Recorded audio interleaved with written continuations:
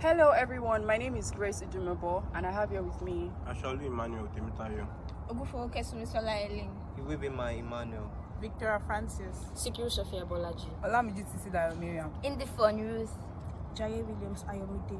We are from the Department of Finance, University of Lagos, and we'll be walking you through effective communication. Please keep watching.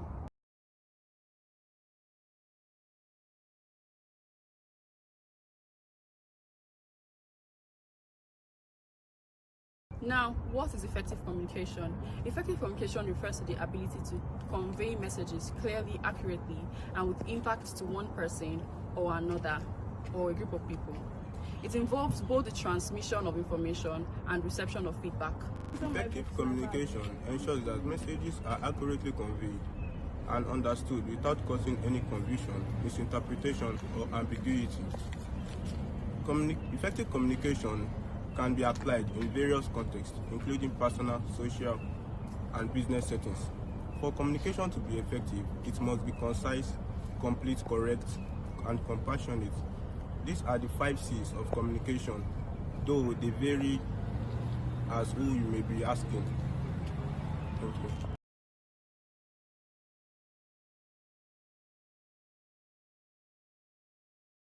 Clarity.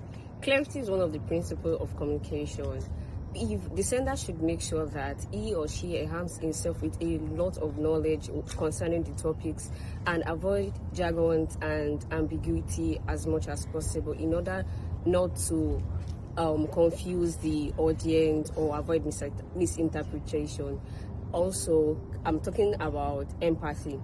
The tone of your words is important when communicating.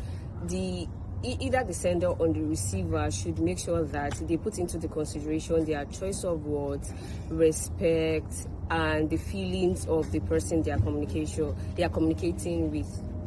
I'm here to talk about the principles of effective communication. Every communication should have a clear purpose and should be communicated in fewest words, have consistency in tone, voice, and content for it to be very effective.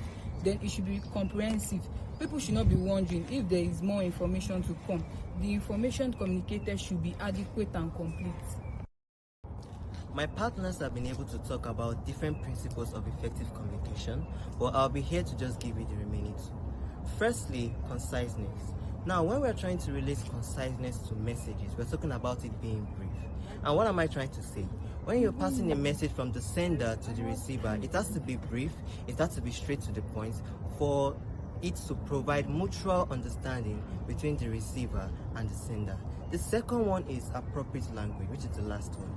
Language is a very important factor in effective communication. When you're trying to pass your message to the receiver to get a feedback, you need to make sure that the ideas are clear, the points are straightforward, so make sure that there's understanding between the sender and the receiver.